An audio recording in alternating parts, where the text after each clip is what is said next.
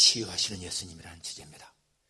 사람들은 흔히 인생의 네 가지 고통이 생로병사라고 말합니다. 생로병사, 태어나고 늙고 병들고 죽는 것이 인생의 네 가지 괴로움이다. 그렇지만 엄밀히 말하면은 태어난다, 이게 뭐 괴로움은 아니죠. 죽는다, 죽는 순간입니다. 괴로울 수가 없는 거예요. 뭐 늙어가는 것 괴로울 수 있지만은 사실 더 큰 괴로움이 많습니다. 사랑하는 사람과 헤어지는 거, 그죠? 또 아주 뭐 마음에 누군가를 미워하는 마음을 품고 있는 거, 그리고 무언가를 갖고 싶은데 갖지 못하는 거, 또 어떤 집착, 탐욕, 이런 게 사실은 괴로움인데요. 이 생로병사 가운데서 이 병, 질병, 이것은 정말 인간을 괴롭게 하는 것이죠. 사람에게 가장 큰 고통을 주는 것 중에 하나가 이 질병인 것 같습니다. 그런데 하나님은 출애굽께서 나는 너희를 치료하는 여호와임이니라 라고 말씀하셨어요. 나는 너희를 치료하는 여호와다. 여호와 라파라는 말이죠. 여호와 라파, 고친다, 치료한다, 건강하게 한다, 그런 뜻입니다. 여호와 니시, 여호와 나의 깃발, 나의 승리. 여호와 이레, 하나님이 예비하신다. 여호와 삼마, 여호와가 계시다. 여기 여호와 라파, 난 너를 치료하는 여호와다 라는 거.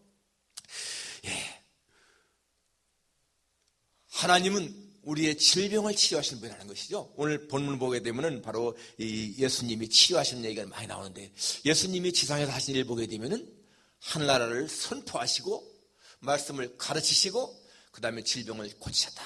이게 세 가지 가장 큰 예수님이 하신 사역입니다. 근데 예수님이 하신 그 사역 보게 되면은 이 병 고치는 것도 보게 되면은 여러 가지 그런 본문에도 보니까 여기 귀신을 쫓아내죠. 그 다음에 베드로 장모의 병을 고쳤습니다. 그리고 40절에 보니까 해질 무렵에 사람들이 온갖 병자들을 데리고 나오매, 각색 병자들을 다 데리고 나오는데 예수님이 그들을 다 치료했다라고 지금 이렇게 성경이 말씀하고 있습니다. 예수님의 치유한 방법 보게 되면 어떤 병자는 말씀으로 나음받을지어다 그러면 낫고요, 어떤 사람은 안수해서 고치기도 하시고, 또 어떤 사람에게는 이렇게 침을 발라서 눈뜨게 하시고, 진흙을 침에 이겨서 발라서 고치기도 하시고, 이렇게 예수님의 그 방법은 다양했습니다. 정말 여러분, 예수님은 탁월하신 은혜, 탁월하신 의사, 어떠한 의사보다 더 탁월하신 그런 예수님의 모습을 우리가 볼 수 있습니다. 그런데 여러분, 예수님이 아니라 예수님이 이렇게 말씀했습니다. 나를 믿는 자에게는 이런 표적이 따르니, 곧 저희가 내 이름으로 귀신을 쫓아내며 새 방언을 말하며 뱀을 집으며 무슨 독을 마실지라도 해를 받지 아니하며 병든 자에게 선언적 나으리라 그랬죠. 예수님의 능력을 힘입고 한다는 거예요. 그래서 베드로와 요한이 그 성전문에 들어갈 때에 안전뱅이, 날 때부터 안전뱅이를 향해서 어떻게 했습니까? 은과 금은 내게 없거니와 내게 있는 것은 내게 주노니 곧 나사렛 예수 그리스도의 이름으로 일어나 걸어라. Silver or gold I don't have, but what I have I give you. In the name of Jesus Christ of Nazareth, walk. 그 벌떡이라도 걸었다고 했습니다. 이러한 모든 치료 능력이 바로 예수님에게 있는데, 여러분, 인간이 고침받아야 할 질병이 몇 가지가 있습니다. 첫째가 영적인 질병, 둘째가 감정의 질병이고요, 셋째가 육체적인 질병이고, 그리고 또 귀신 들린 이런 병, 오늘 본문에 보면 이렇게 나오잖아요. 자, 첫 번째가 영적인 질병입니다. 고침받아야 할. 그런데 정말 다행스럽게도 여러분, 우리 예수님을 구주로 영접한 사람들은 이 영적인 병은 이미 치유받았다는 거예요. 가장 중요한 병인데 고침받았다. 사실 이게 놀라운 은혜인 것을 우리가 알 수가 있습니다. 이 원죄 때문에 생긴 병이잖아요. 아담과 하와가 하나님 말씀을 불순종했기 때문에 생긴 이 원죄, 이것은 하나님과 끊어지는 병인 거예요. 하나님과 단절되는 병입니다. 그건 정말 영원한 사망이잖아요.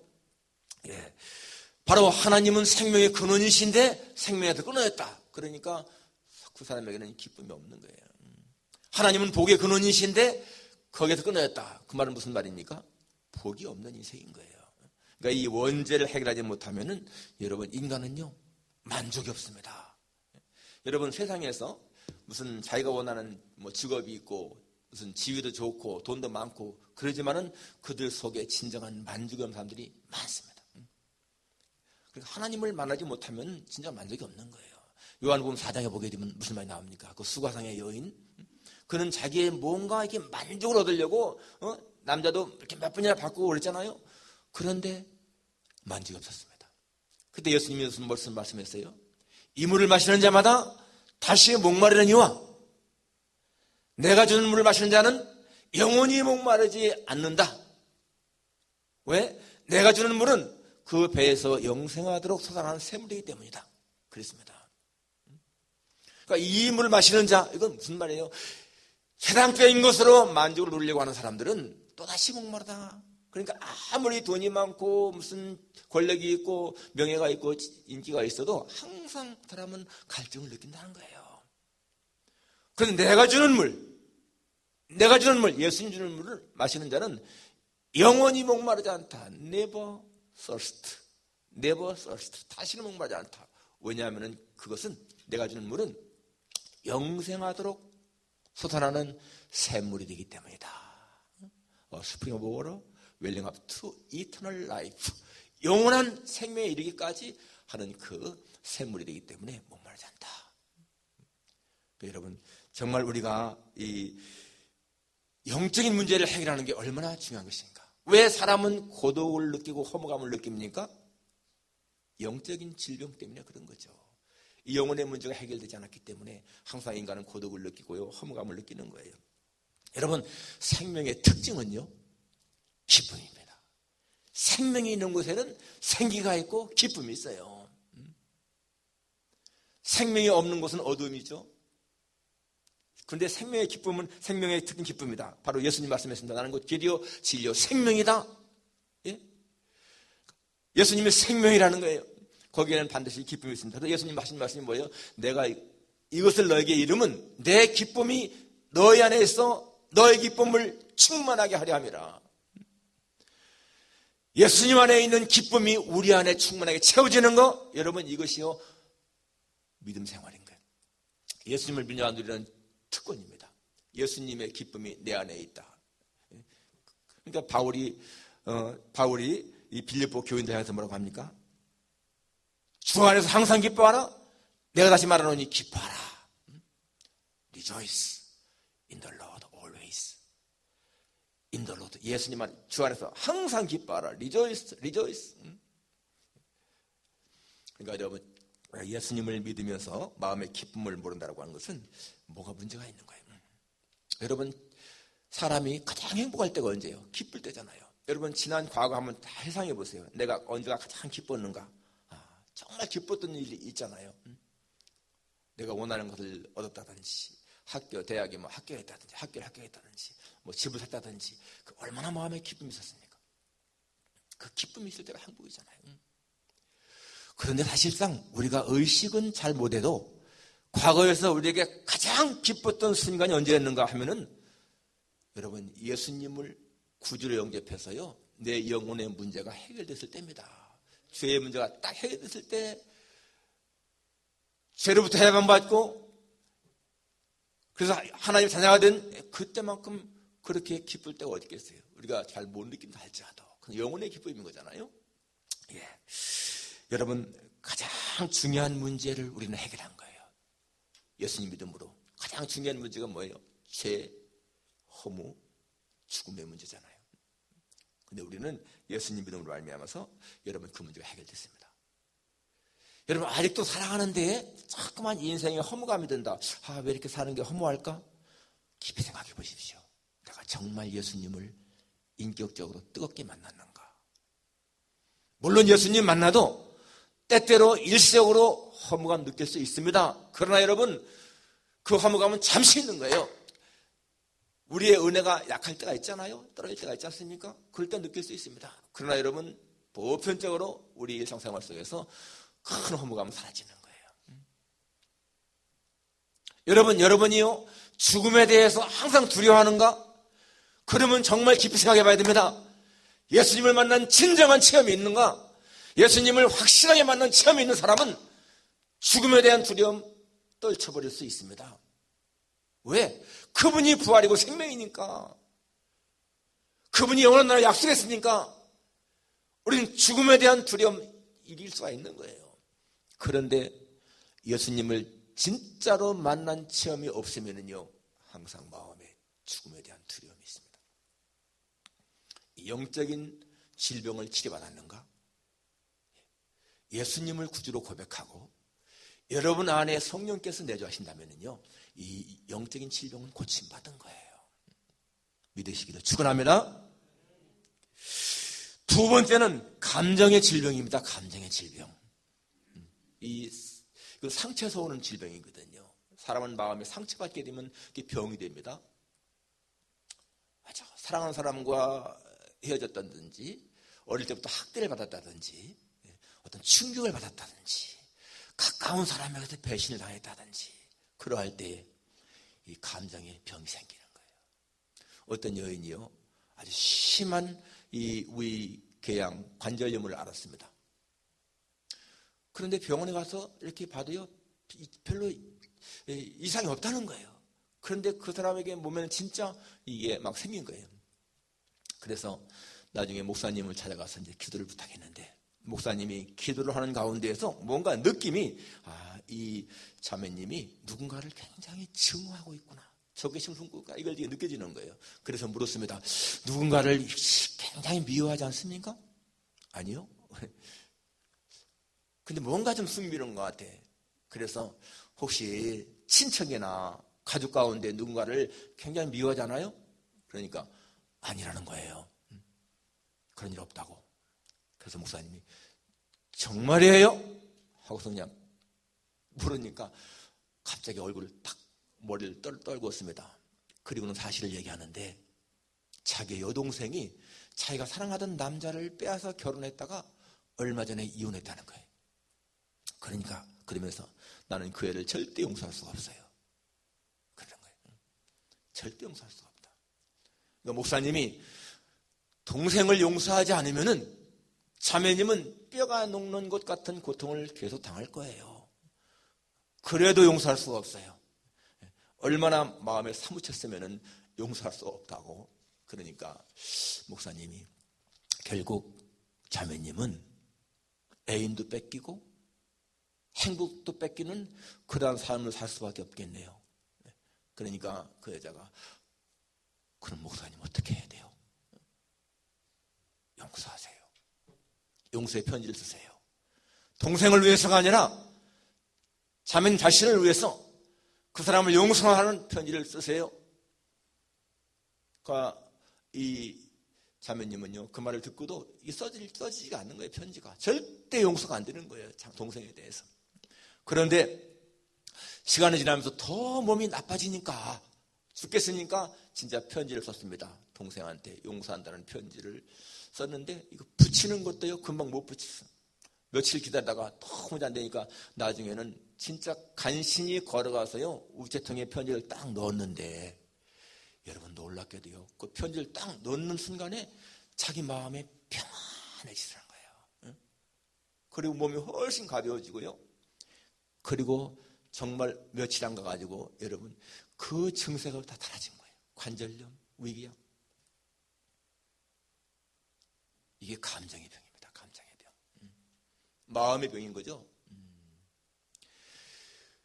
사람의 생각으로 오는 이 병이 얼마나 많은지 모릅니다.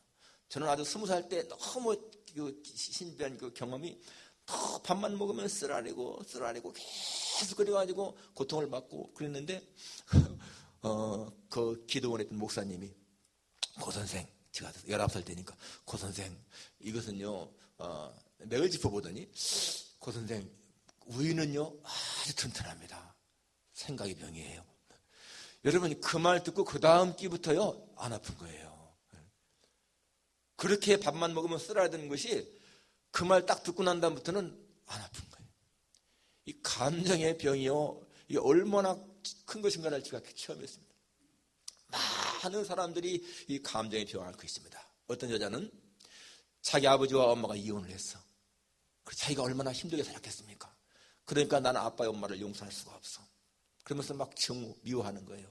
근데 정말 이 사람도 이상한 그 신체에 어떤 그 이상이 생겨가지고 고통을 당했습니다. 거기서도 그 상담하시는 목사님이 아빠, 엄마를 용서해야 됩니다. 그러니까 나를 이렇게 불행하게 한 아빠, 엄마 용서할 수가 없어요. 나중엔 정말 이 사람도 같이 기도하면서 아빠, 엄마를 용서하니까 나아버린 거예요. 여러분, 성경에 예수님이 뭐라 했습니까? 너희가 만일 형제의 죄를 용서하면 하늘 아버지께서도 너희 죄를 용서하실 것이요, 너희가 형제의 죄를 용서하지 아니하면 하늘 아버지께서도 너희의 죄를 용서하지 아니하시리라. 누군가를 미워하기 때문에 생긴 병이 많습니다. 감정의 병인 겁니다. 감정의 병. 이거 여러분 절대로 그 용서하지 않으면 하나님이 용서하는 게 딱 잡았으니까 고칠 수가 없는 거예요. 그러니까 여러분, 사람의 감정이 병든 사람은 굉장히 부정적이고 누군가를 미워하고 적대감을 품고 원한을 품고 원망하고 그럽니다. 감정이 건강한 사람은요, 미워하는 사람이 없어요. 사랑합니다. 용서하고 관용하고 이해하고 품고, 이게 건강한 사람인 거예요. 말할 때 한마디 한마디 속에 무언가를 이렇게 막 불평하고 원망하는 사람, 감정적으로 병든 겁니다. 감정이 건강한 사람은 그런 비판, 원망, 불평 하잖아요. 언제나 좋은 말, 긍정적인 말, 사랑하는 말, 그게 감정이 건강한 사람입니다. 한번 여러분의 감정을 체크해 보세요. 나는 말할 때마다 어떤 부정적인 말이나 원망이나 불평이 있나, 아니면 항상 긍정적으로 사랑하면서 용서하는 그런 말을 하고 있는 것인가. 감정의 질병. 세 번째, 육체적인 질병입니다. 이건 병균의 감염 또는 상처 때문에 생긴 병이잖아요. 오늘 본문에 나오는 거 보게 되면은 여기 베드로 장모의 그 열병, 병균의 감염 생긴 거죠. 그 다음에 41절에 보면 온갖 병자들을 데리고 와서 예수님이 다 고쳤다라고 나오는데, 예수님이 보니까 여기 그 질병을 갖다가 39절에 보니까 예수께서 가까이 서서 열병을 꾸짖으신데 병이 떠나고, 열병도 꾸짖으시니까 떠나갔죠. 그 다음에 또 이 귀신 들린 자도 꾸짖으시니까 떠나가고. 그러니까 예수님은 무생물이든지 생물이든지 다 꾸짖는 거예요. 바람도 꾸짖으시고, 그죠? 그래서 예수님의 말씀에 모든 것은 다 순종합니다. 왜? 창조주의 능력이기 때문에 그렇습니다. 그러나 우리는 무생물한테 꾸짖는다고 해서 될 리가 없잖아요.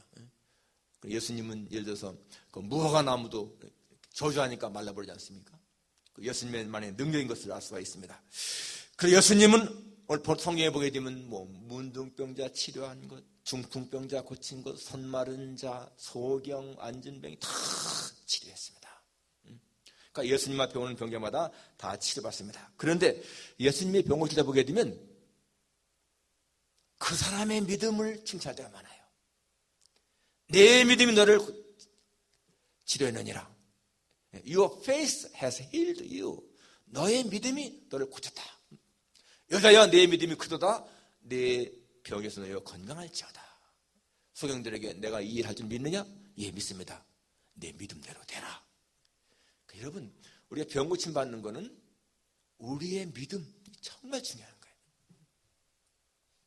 하나님이 나를 고치신다, 이런 믿음이 확실하게 생기게 되면 병 고침 받는 걸 우리가 알 수가 있습니다. 여러분, 사도 바울 보십시오. 사도 바울 보게 되면 사도 바울은 전도할 때에 사람들이 사도 바울의 몸에서 손수건이나 앞치마만 갖다가 사람에게 얹어도 병이 나았습니다. 사도 바울의 그런 능력이 있었다는 것을 알 수가 있습니다. 오늘날도 여러분 예수님의 이름으로 병 고침 많이 받죠. 그런데 여러분 사도 바울 보세요. 자기는 그렇게 많은 사람을 고쳤는데 정작 바울의 육체의 가시는 하나님이 고치지 않았습니다.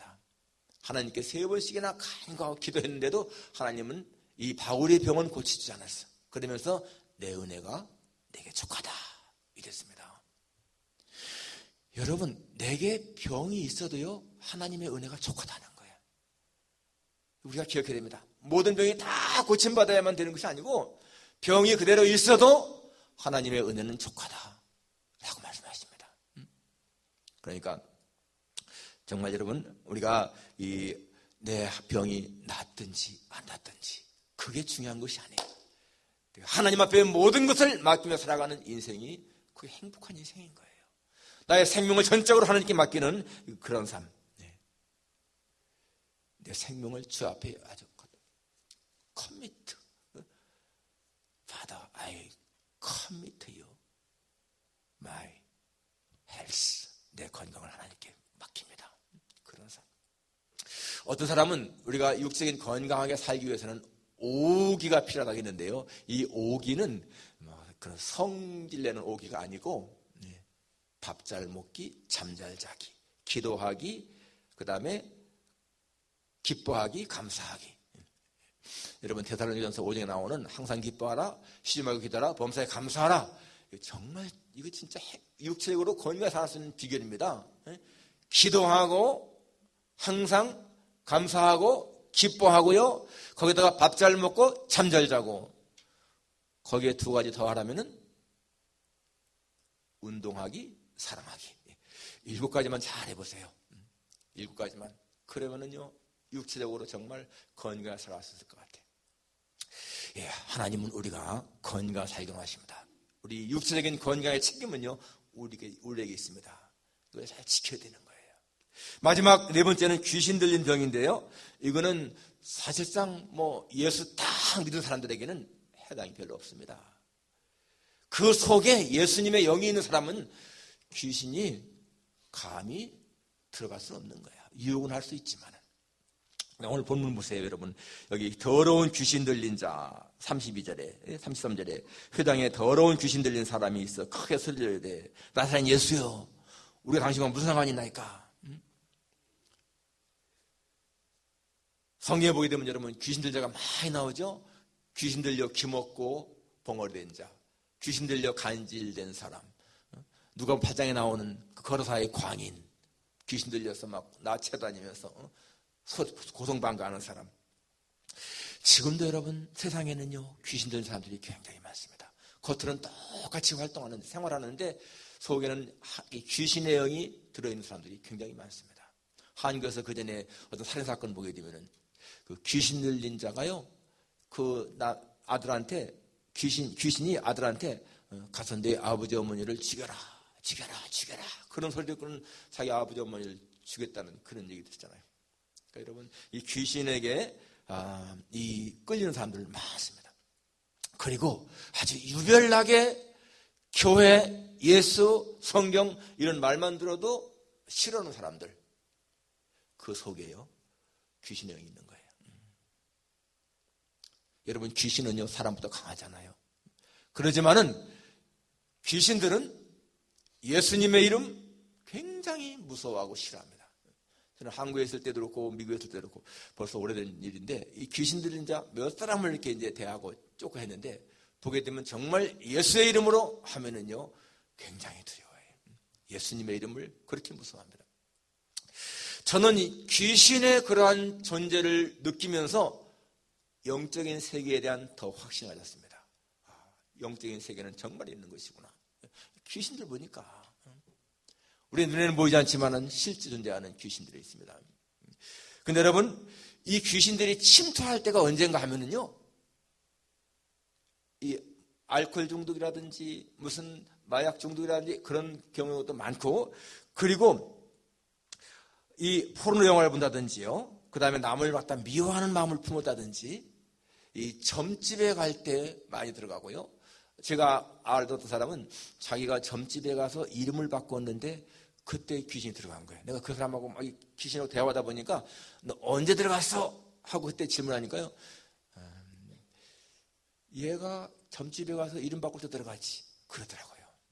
자기 입으로다가 이름 바꿀 때. 이게 점집은 여러분 전부 다가 귀신이 조종하는 겁니다. 점집은. 옛날에 아주 유명한 어떤 그 사람이 쓴 책 있잖아요. 사탄의 왕관을 썼나이다라고 하는 그 책을 쓴 김혜경 씨라고 하는 사람의 간증 보게 되면은 자기도 점쟁이 올라가 이렇게 할 적에 귀신이 알려준다는 거예요. 야, 오늘 몇 시에 어떤 사람이 온다. 그 사람의 문제가 이것이다. 이렇게 대답해라. 그러니까 그 정계에 유명한 사람인데 와가지고 이런 문제가 있습니다 라고 말하려고 왔는데 이 사람이 먼저 얘기하는 거야. 점쟁이가. 당신 이 문제 때문에 왔지?